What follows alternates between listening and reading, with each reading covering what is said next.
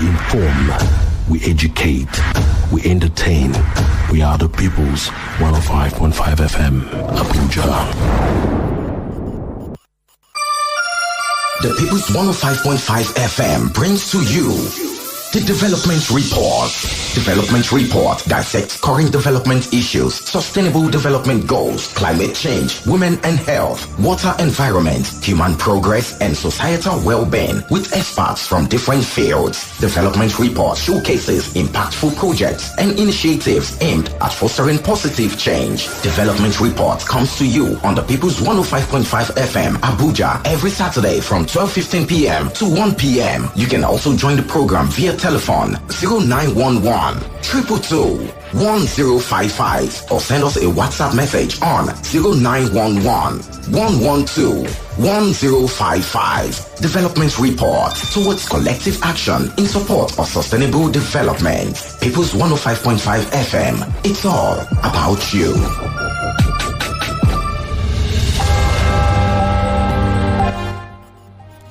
In the story of progress, every chapter of development adds depth, richness, and meaning to our collective narrative. From the smallest steps to the grandest strides, every act of development paves the way for a brighter tomorrow. Welcome to the Development Report on People's 105.5 FM, where we'll talk about pressing issues surrounding sustainable development. I'm all about everything development, from women's empowerment to children's rights to climate change, water resources, and more. I am Ife Onyekwere, and together we will be coming close to our common good as a nation as we spotlight the areas where we need to work upon on our environmental issues and development at large. And today we'll be addressing the global shortfall in sustainable development goals. I will not be doing this alone. We have in the studio a communications and community development professional, Aliyu Yusuf. Welcome, Aliyu. Great to have you here today. Thank you very much. It's nice to be here and not to be here as well. All right. And you also listening can join the conversation on social media at People's 105.5 FM. And you can join the conversation on telephone at 0911 222 1055. And on WhatsApp, you can join the conversation on 0911 112 1055. And on Twitter, I am at TDev Reports. Straight up, we'll be taking some development news stories shortly, and we'll be back to have the conversations.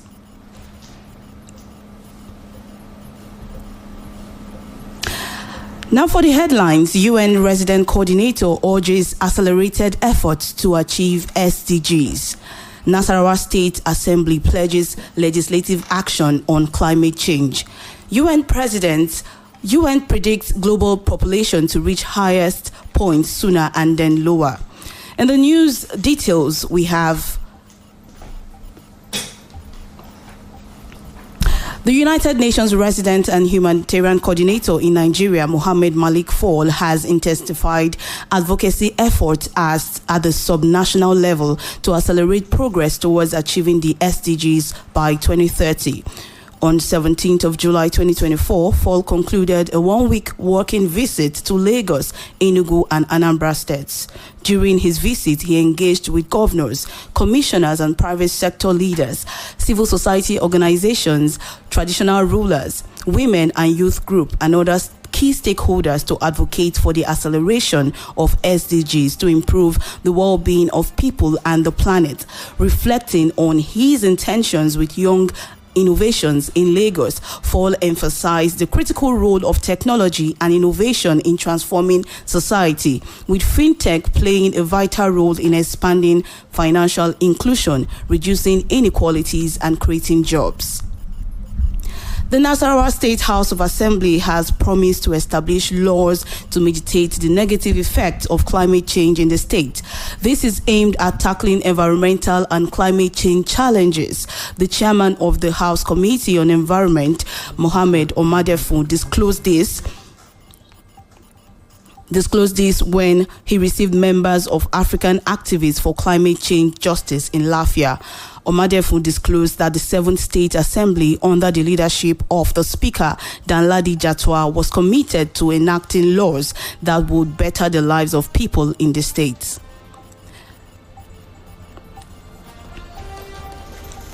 The UN projection shows that the global population will reach its highest point earlier and then at a lower number than previously thought, which could reduce pressure on the environment. The population is expected to reach about 10.3 billion by mid-2080s from 8.2 billion this year, and then fall to around 10.2 billion by the end of the century, which is 6% lower than what was predicted 10 years ago. The UN Under Secretary General for Economic and Social Affairs, Johan, explained that birth rates are lower than expected in some countries and there are faster declines in high birth rate regions. These changes are leading to the revised population estimates and may increase environmental pressures. And that's it on the development news segment. Keep it locked as we come back for more engaging content. All right, let's look at data from the recent UN SDG report from the global aspect. We have here that the 2024 UN SDG report emphasizes that progress towards achieving the SDGs is significantly lagging because it has 17% of targets on track. And for Africa, the report underscores the pressing needs to address financial constraints that has really hindered sustainable development progress in Africa. And in light of this, and that's the reason why we're discussing the topic for today. And we have a guest who is a communications and community development professional, Aliyu Yusuf, with us. He's going to be joining us to address the issue today. And you can also join the conversation as you contribute to the topic for today. And you can join in via 0911-222-1055 and on WhatsApp 0911-112-1055. All right, let's look at Aliyu. Well done. Okay, great to have you in the studio today. Same here. Yeah, let's look at the overview of progress of the latest reports from the UN. Can you give us an overall overview of the 2022 SDG report findings? What are the key areas where progress is alarmingly insufficient? All right, thank you very much. If you permit me, I love to call you Prof. Well, you said from the conversation, you rightly said, sadly, we have met just 17% globally of the SDG goals, which is quite alarming. And by my calculation, we are just 6 years away from the Agenda 2030. Well, sadly, from the report released recently, in terms of, I'll quickly take you a rundown from, basically for our viewers, our listeners, we have 17 SDG goals. So I'll try my best to take you through the SDG goals and what the improvement or where we need to improve on looks like. For the SDG goal 1 and 10, which is geared towards reducing poverty and inequalities. From the report, over 23 million people have been further pushed into extreme poverty.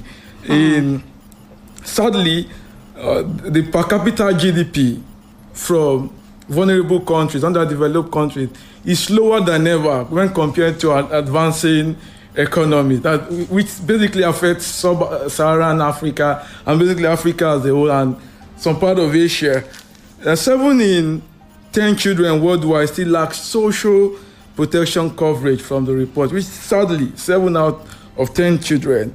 If you take it further towards improving malnutrition and healthcare, from the report, sub-Saharan Africa is mostly affected when it comes to HIV, and there has been more than ever increase in infection in terms of childbirth related to HIV.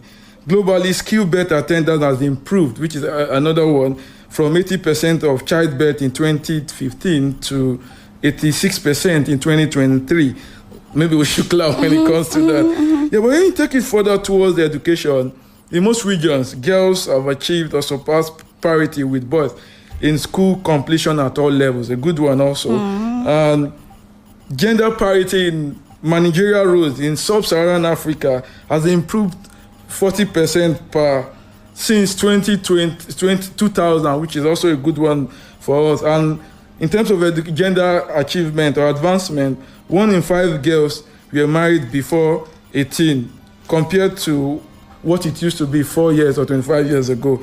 So down to sustainable water and energy, which is SDG goals 6 and 7, global capacity to generate electricity from renewable energy has begun expanding at an unprecedented rate. Thankfully, I think a few days ago, I listened that the federal government is also doing its best to, invest in renewable energy or green energy. And it's growing at 8.1% annually for the past 5 years. Global unemployment rate has reduced drastically to 5% in 2023.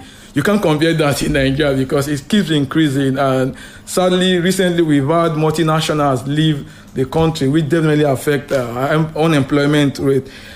If you take it down to climate and environmental change, which is SDG 13 and 11, there's improved preparedness, which includes early warning systems and evacuation measures.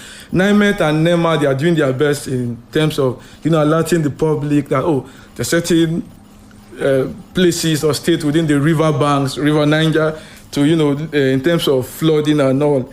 Eastern and Southern Asia, we're not talking about Asia, but if you check the report, Eastern and Southern Asia have been able to, improve in terms of the SDG goals. And in terms of technology, internet access has increased about 70% in just 8 years, between 2015 to 2023. So there's improvement, but taking it down to Nigeria also. Yeah, I was going to say that. Yeah, so basically, in terms of access to technology, I always say one aspect, what has been a constraint is also trying to look at local languages. I know there have been technological firms that, have tried to, use our local languages in terms of, talking about the SDG goals, climate change, but there's still so much work to be done as regards that. So that's the overview of what the UN SDG goals looks like now, Ify. Okay, so thank you very much. If you're listening to us, we're actually discussing addressing the global shortfall in sustainable development goal, and we have Aliyu Yusuf in the studio with us, who just gave us an overview of the 2024 SDG report findings. That's the recent one from the United Nations. All right, so looking at factors behind the insufficient progress, what would you say are the main factors contributing to the lack of, progress in achieving sustainable development goal globally, and then bringing it down to the country here, Nigeria? All right, thank you very much. I think for factors contributing to lack of progress, I'd like to start with number 1, economic inequality, which has really affected the whole goal and everything. There's this disparity in terms of wealth distribution between the rich and the poor, which has, hindered basic access to basic services and opportunities. Another one would be political instability. Thankfully, in Nigeria, basically, there's been this political stability because we practice a democratic system of government. But if we take it further towards Africa, I wouldn't want to mention names of countries, but a change in governance and conflict has also affected our ability to, take on or maybe improve on the SDG goals. And also maybe I would, in terms of political instability, I would also want to look at it from conflict point of view and insecurity. Certain, like the northern region now, right? Because of the high rate of insecurity and everything, there's this lack of access to education for young kids. There's this lack of access to healthcare because some of these communities are more like war zones. So this has also affected the progress. There's climate change also, which is an issue. There's an ongoing debate on how to make our world greener, how to make the world safer and everything. Again, in terms of climate change, you would want to ask in Nigeria, how many Nigerians basically are well informed when it comes to climate change issues? If you ask someone in the middle belt, maybe somewhere in Ijo, for instance, and you talk about climate change, it makes no sense to the person, because at some point they will just say, no, I'd met someone that said climate change is for the developed countries. So you can imagine the mentality. So there's so much work that needs to be done. And I also want to add knowledge and resource constraint. If you check the report, the UN Secretary General said there's need for countries, the UN member nations, to contribute to about $5 billion yearly if we are to meet the agenda by 2030. So it's also a concern, a resource constraint, which we don't have access to. Their youth organizations, the NGOs are trying their best. Take for instance, Nigerian Youth SDGs, who care so much about youth empowerment and everything. So there's resource constraint in that aspect. There's also this knowledge transfer. Just like I said earlier, there's a need for us to do more. I know there's ongoing social media campaign and everything. But if you take it far to somewhere like Borno, and you want to meet a mother at the age of 50 or 60 that doesn't have access to internet, so it's also an issue. BBC Hausa back then used to make comments on that, but we can do better.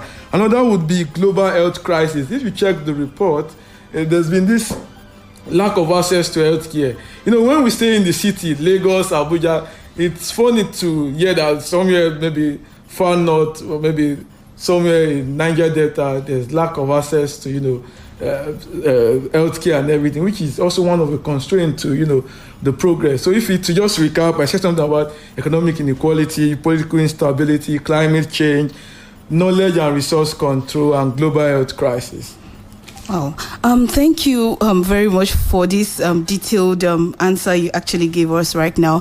If you're listening and you're actually wondering what it's going on, we're discussing, we're addressing the global shortfall in sustainable development goals, the SDGs.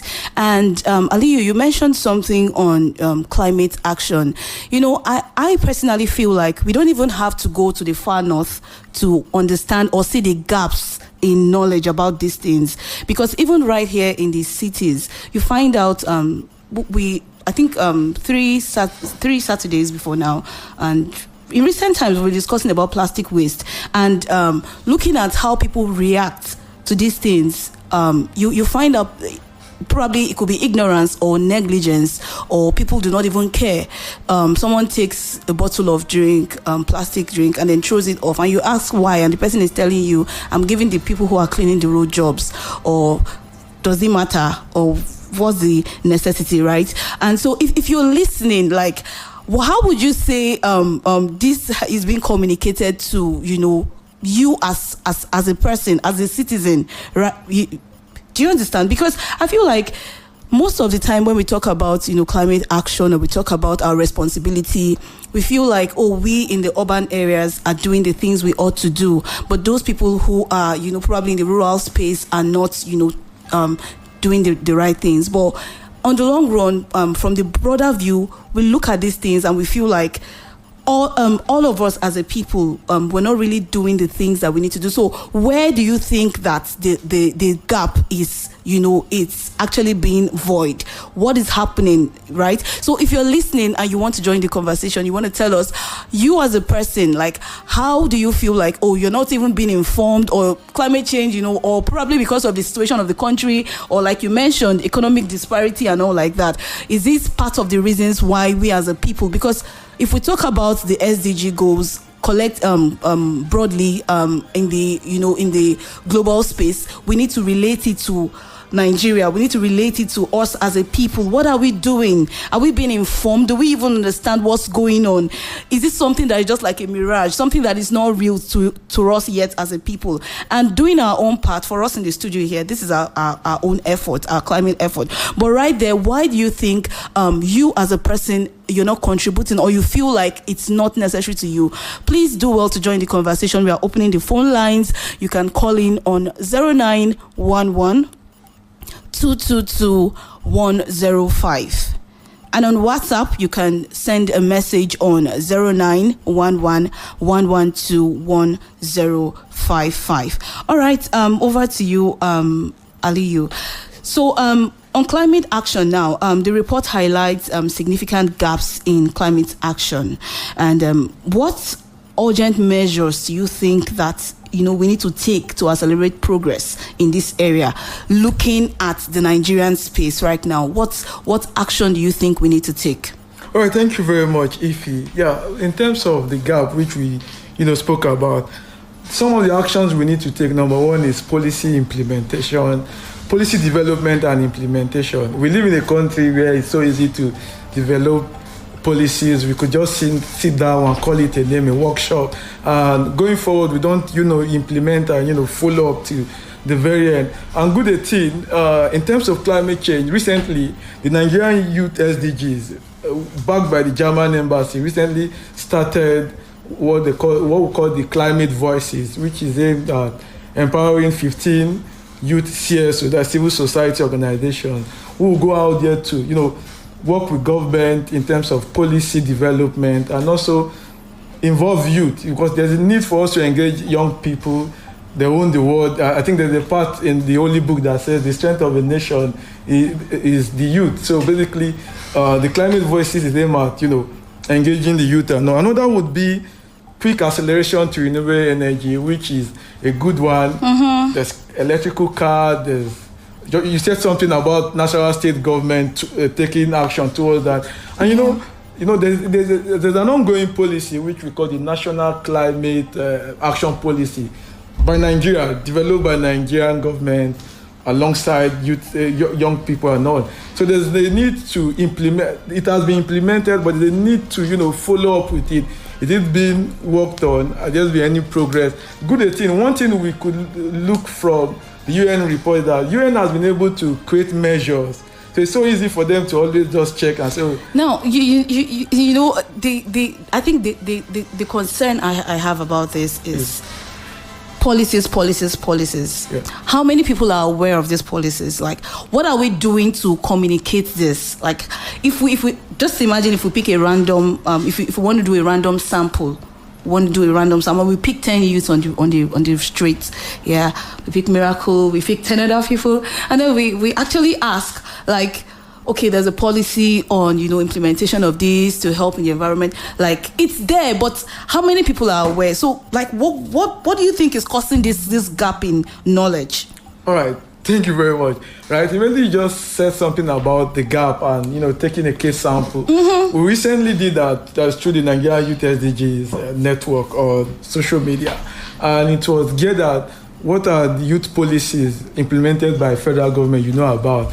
And if you check, most persons which we had to also bring them out to educate followers and Nigerians at large those policies. And funny enough, most persons don't even know about it, just like you said. So the gap would be, number one, over the years, we've not been doing so much as regards that. Yes, there have been NGOs that have, taking action and everything. But again, good thing we are here. There's a need for media houses around Nigeria to take action. I feel like if we could use leverage on media houses and social media, we could reach people more, tell them about it, because if they don't know it, obviously, if they don't get to hear about it, they wouldn't know anything about it. And that's why there's a gap between where we are now in terms of what people know about climate change. I know I said something about people still feel that climate change has to do with developed countries, not Nigeria. And good thing, your motto says it's all about you. So there's this inclusivity we need to bring in. It's all about us. It's all about you and I into climate change and taking action. And another thing is looking at language barrier. Do you feel like, because sometimes we can be talking this way and it could look like this is a very complicated issue. Do you think like we need to start leveraging more on our local languages? Talking about Nigeria now, if I have to speak Pidgin to explain the implications of climate change, or because I think it was last week we brought in a guest who was telling us things that a normal Nigerian would not even, because if you go to let's say sample people from rural communities and ask them why open defecation, and someone would tell you, I'm helping the plant. But then the guest we actually had last week had to educate us here on the show and everyone who listened that raw physics is physics is not manual. Yeah. It has to be treated, right? Yeah. So like, how do you think we need to communicate this to people, right, for them to actually get this right? I'm very passionate about this right now because before I started getting so involved in sustainable development issues, I really did not know the impact, right, until I started making findings, research, and all like that. And even right now, I take bottled water, but then I'm very conscious. I segregate my waste now. Okay. Unconsciously, when I see people throw waste, like plastic waste anyhow, I get pissed off, right? So like, because I understand the implications. But how do you think like we need to take this to a 5-year-old, just the way we take, a song is being released, everybody is singing it, everyone is, So what do you think we need to do as a people, as a community, as a nation to ensure that what we're saying does not look like we speaking grammar, but we, impacting these things to people, it comes into their subconscious? All right, thank you very much, Ify. So I'll start with local barrier languages, like you said. Yes, there's been an issue when it comes to, educating an average Nigerian. And if you speak my own language, it will be very easy for me to understand.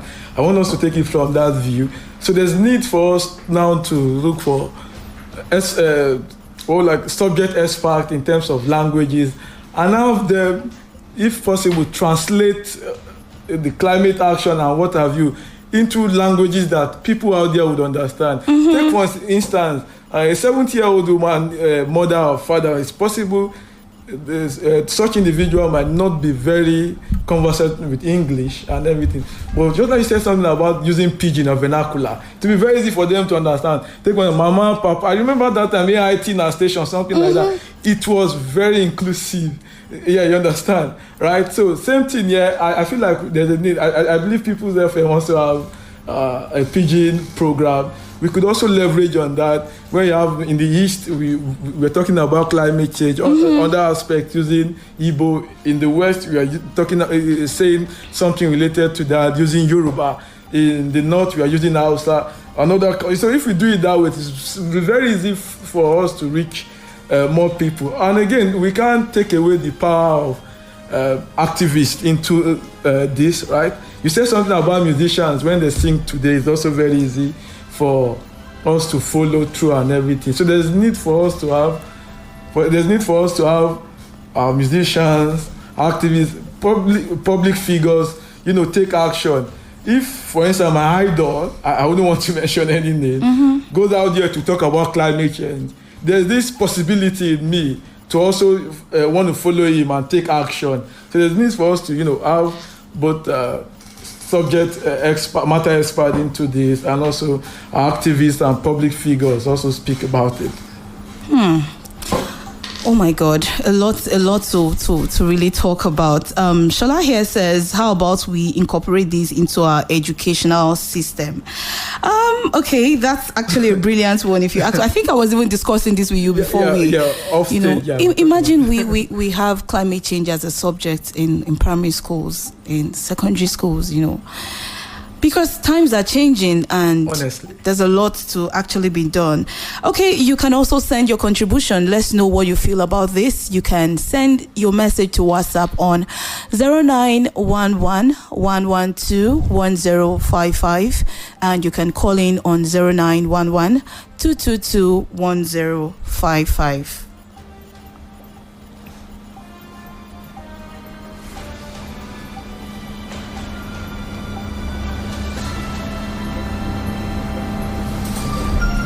The People's 105.5 FM brings to you the Development Report.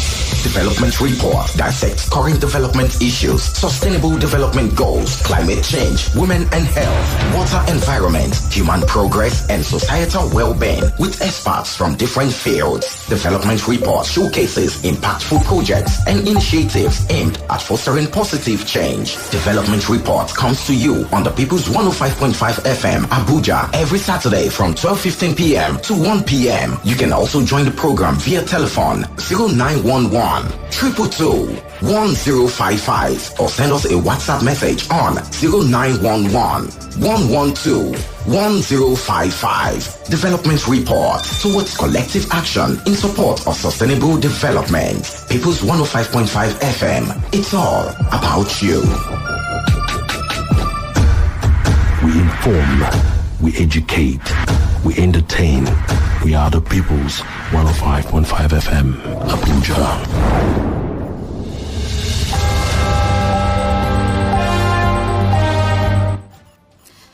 All right, thank you. We are still discussing, addressing the global shortfall in sustainable development, SDGs.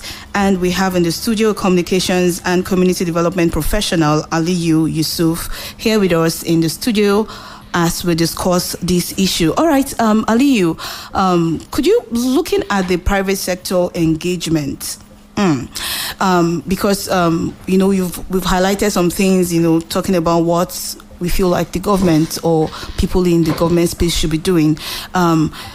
What do you think the private sector should be playing right now, especially with corporate social responsibilities and all like that? Like, how do you think the private sector can come into this to actually reduce the effect of what's going on and help the reports come to a positive light in the Nigerian space? Well, thank you very much, Ife. Again, it's all about you, it's all about me, it's all about us. And for the private sector, we can't overemphasize their importance in accelerating the SDG goals. Yeah, well, in terms of that, there will be need for the private sector could come in the area of investing in sustainable practices from business models, agriculture, and energy. And good thing, I think, is it Transcorp Energy? They've been able to, invest in terms of renewable energy. These areas, the private sector could come in. Also, innovative funding, they could come in from that aspect through loans and everything to help us achieve that. And you said something about corporate social responsibility. I don't know if it was bio and everything. Yeah, one of the first things that brought me into communications was basically because of back then I would see certain banks come to some areas, they want to talk about good health and everything. I got interested and I noticed it was one of the key responsibilities of corporate communicators or everything. So that's another area that could come in terms of educating young people, in terms of educating indigenous communities about the effect of climate change, gender disparity, and so just to recap, investment in sustainable practices, innovative financing, and corporate social responsibility. There are three basic ways the private sector could play a key role in helping us achieve these goals. Now, for I think for every private business, however I want to look at it, their profits is actually very vital to them. Yeah. And then for them carrying out these activities, they need funding and resources, right? So, and the report mentions funding gaps. So what strategies, because someone who is a business owner might feel like, okay, I really want to, key into what's going on and all like that. So what strategies you think private sectors, can actually key into? What strategies can be adopted to mobilize more financial resources for sustainable development? Yeah, you made mention everybody's into business to make money, profit basically. But another good thing about investing in CSR, that's corporate social responsibility, that helps you increase your reach. It helps you increase your reach. And for some of your customers who have always, been held by such principles, it's also helped them to feel that their money is also being used to help people out there. So that's one thing they want to look at again. And also in terms of, aside that they need to talk to stakeholders, they need to, be in agreement with stakeholders. They also want to let them know that this is our world. If we make it a better place, it's also a better place for us to do business. So basically, they could come from two angles, which is seeing it from the fact that if they do this, the customers will also feel included into it, would want to, pay more or maybe partner with them. And also from the aspect of, this is us, this is our world. Amazing. Okay, looking forward, given the current state of progress, what would you say are the realistic expectations for achieving the SDGs by 2030? And what steps, should be prioritized in the next few years? We have how many years left? 6 years. We have 6 years left. So how realistic is it like for us to achieve the SDGs by 2030? And what should we start prioritizing for the next few years? Again, to recap, or more like an overview, we've been able to meet 17%, right? Mm-hmm. So we still have 83% left. Right? Okay, for us to get this inclusion. So I'll start with talking about there's need for youth engagement into this advocacy and awareness. So good thing, the NGOs around within Nigeria are doing their best. Nigerian Youth SDGs, I spoke about the climate voices. Last year they did something which we call SUSO, which is Speak Up, Stand Out, which is related to, speaking about issues that matters to us. There's also the need for community engagement. We need to, have community leaders speak more about this. So it doesn't look like we are the one doing it. When we have leaders engaged in this, that's another good way to go. Then there's need for capacity building and development. Because I can't go out there to talk about, I won't be here if at some point certain organizations, including Nigerian, they don't, work on my capacity in terms of capacity development and all. So there's need for us to, train more people into this, equip them with knowledge. We made mention about policy development, so I wouldn't want to go there. Then there's need for funding. Yes, funding. So when we have, just like the UN Secretary General said, $500 billion, my friend would say it's not a joke. So we need more money, especially in Nigeria. Government needs to do more. I was thinking we'll talk about government role in it, but I think we did at some point. So there's a need for government to, help with that in terms of policy development, support, and all. But again, it begins with having youth involved. There needs to be an inclusion. Radical inclusion and community engagement. Thank you so much, Aliyu Yusuf. Really great having you on this segment where we discussed addressing global shortfalls in sustainable development. We have to call it a wrap here, and I'm taking a moment to celebrate every community champion who is doing well for the progress of the planet. Thank you to our esteemed guests for sharing your expertise and insights with us. And a heartfelt thank you to our audience for always tuning in to be part of this important conversation. And also, I want to take a shout out to the executive producer, Charles Kalu. You are greatly honored for allowing this wonderful program on the People's FM. And you can join us next week for another captivating episode of the Development Report, where we'll continue our journey towards a brighter and more sustainable future. Here's the quote to think upon. Sustainable development is the development that meets the needs of the present without compromising the ability of future generations to meet their own needs. I am Ife Onyekwere. Do have a wonderful weekend as we meet to discuss development issues same time next week. Bye.